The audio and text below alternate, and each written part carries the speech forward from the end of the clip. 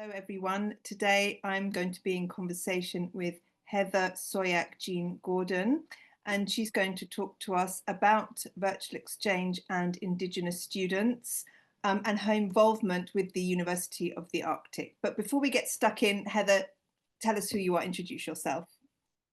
Like she said, my name is Heather Sauyak Jean Gordon. I'm Inupiaq, the Indigenous people from the Arctic of Alaska, Inuit people, the same descendants and relatives of people across Canada and Greenland as well. I grew up in Homer, Alaska, south of where the traditional lands are. I grew up on Dena'ina land, the land of the Ninilchik village tribe. I have academically done a degree in Indigenous studies with a background in sociology and race and ethnic studies.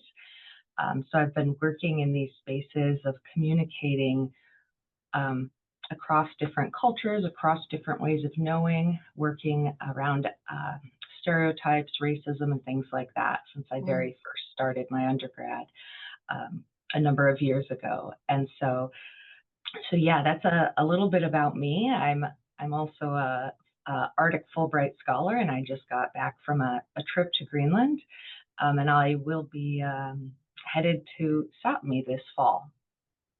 Thank you so much. Well, we're delighted to have you here with us. And Izzy Crawford, whose interview and blog came out today, spoke about your involvement with the University of the Arctic and how you, because she's exploring virtual exchange, but needed Indigenous input. And can you tell us a bit more?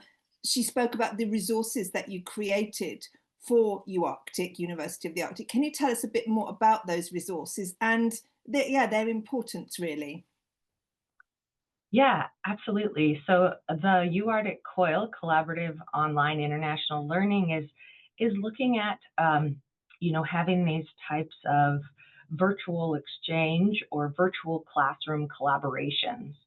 And the goal, we hope, is to be able to have those collaborations in Indigenous communities, at Indigenous colleges, or even working with Indigenous high school students.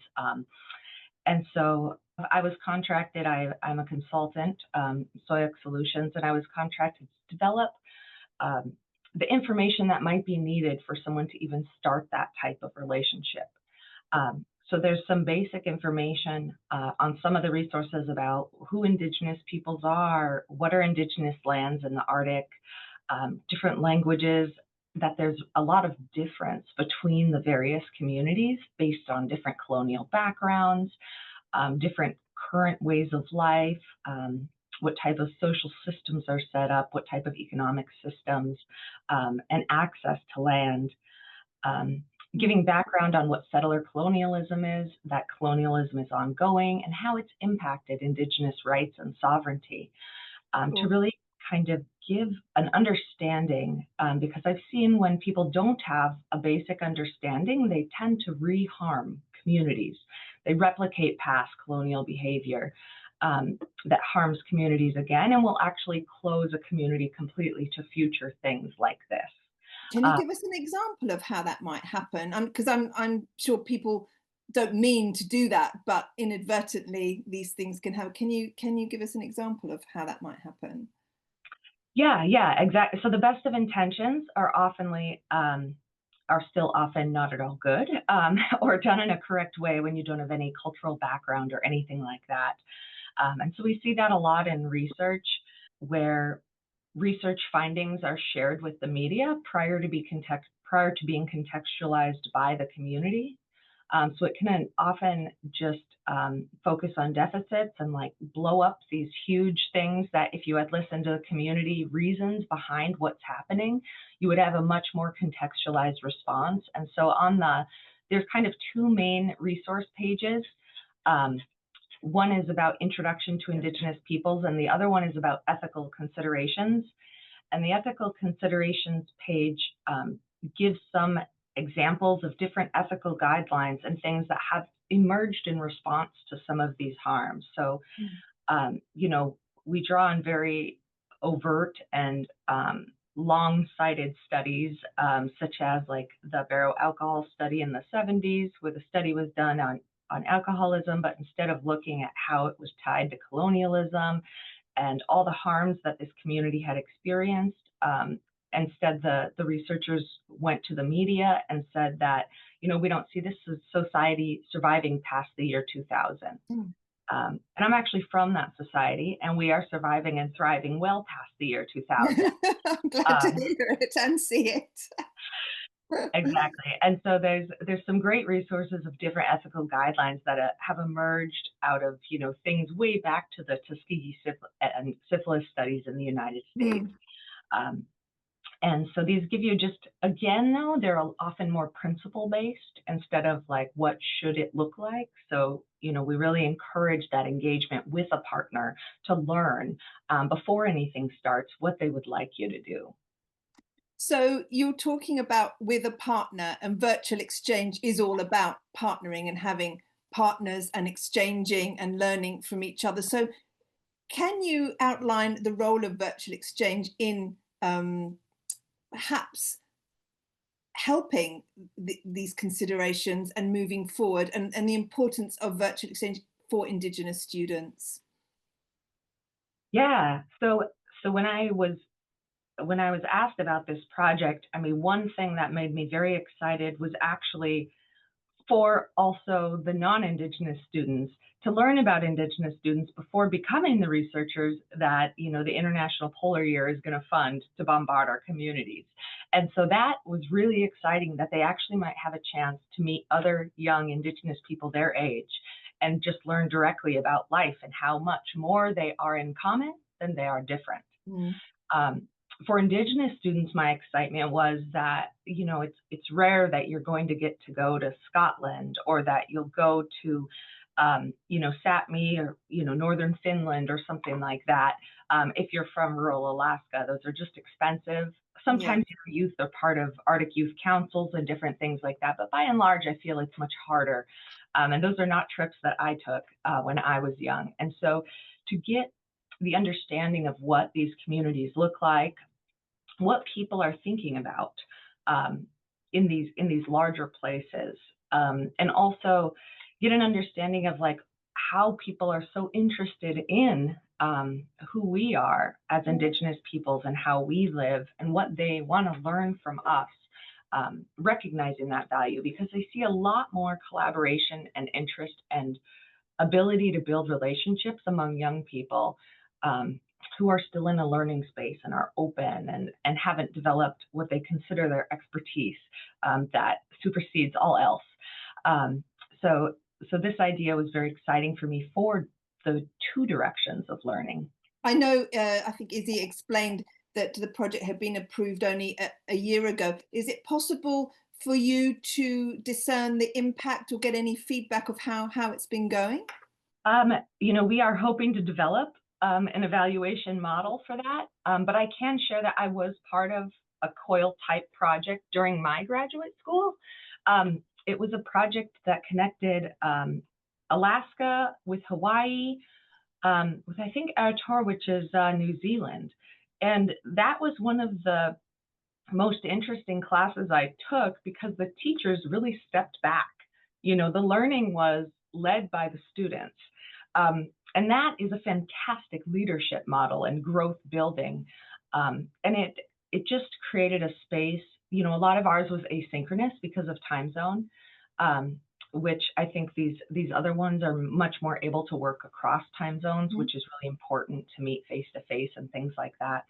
But even with asynchronous, we got to learn directly from people just like us who were in another place. And, place so much drives our identity and who we are and how we see the world outside of our community.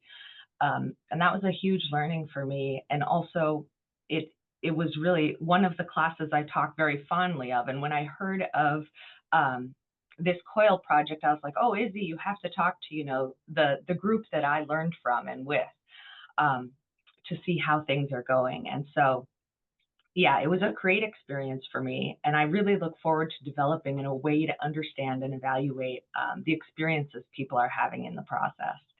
The way you talk about it actually gives me goosebumps because I can feel your passion through the through the screen. What other memories do you have from that collaboration that you experienced yourself with students from Hawaii and New Zealand? Yeah. I mean, again, a lot of it was asynchronous, so a lot of it was writing to each other. Mm. Um, so I think I'm that, interested in what you said actually about this sense of place because I just spoke to oh, another um, professor doing virtual exchange where she calls it place-based learning, and I can't help linking that a bit to what you're saying about place being no, linked to your identity. absolutely, 100%, 100%. And that was, I think, again, which which I said earlier, what was my larger surprise is thinking of how different I would be in the Arctic versus someone in much warmer climates. Um, but seeing that we have very shared values and that Wow, we can connect on our values and our values of connection to the land, whatever the land looks like. And that although we might have experienced things differently based on whether you're someone that can like go in warm water all the time or you're going out on cold land harvesting or something, that the values we had around what humans, the relationship between humans and the land were still shared at massive difference across the world.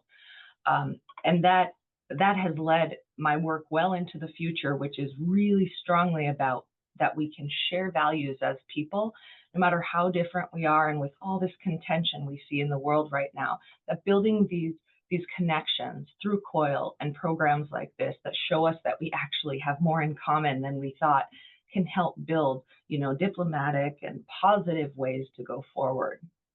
oh, that's really wonderful. I also think from what you're saying about the indigenous people and connection to the land, it leads you on to climate change and the collapse of nature and all of that, which I'm Izzy said that the sustainability goals, the UN sustainability development goals, feature quite prominently in the VEs that are being undertaken.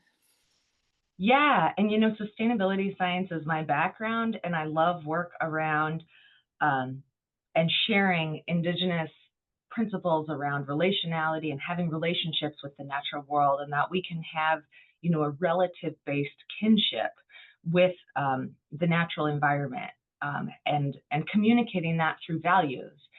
Because often, that concept I just said is a little bit using different words than people are used to. But, if I start from something like, would you ever, pass a cigarette to your 2-year-old niece? The answer is always no. Yet, look at the pollution we throw into our air constantly, which is impacting not only the environment as a relative, but actually all of our 2-year-old nieces.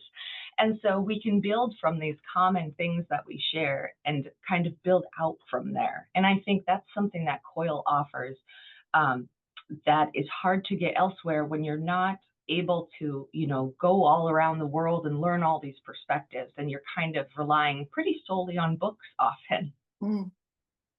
Oh, thank you, Heather, for this wonderful talk that we've had. Is there anything you'd like to share or say that I haven't asked you before I let you go?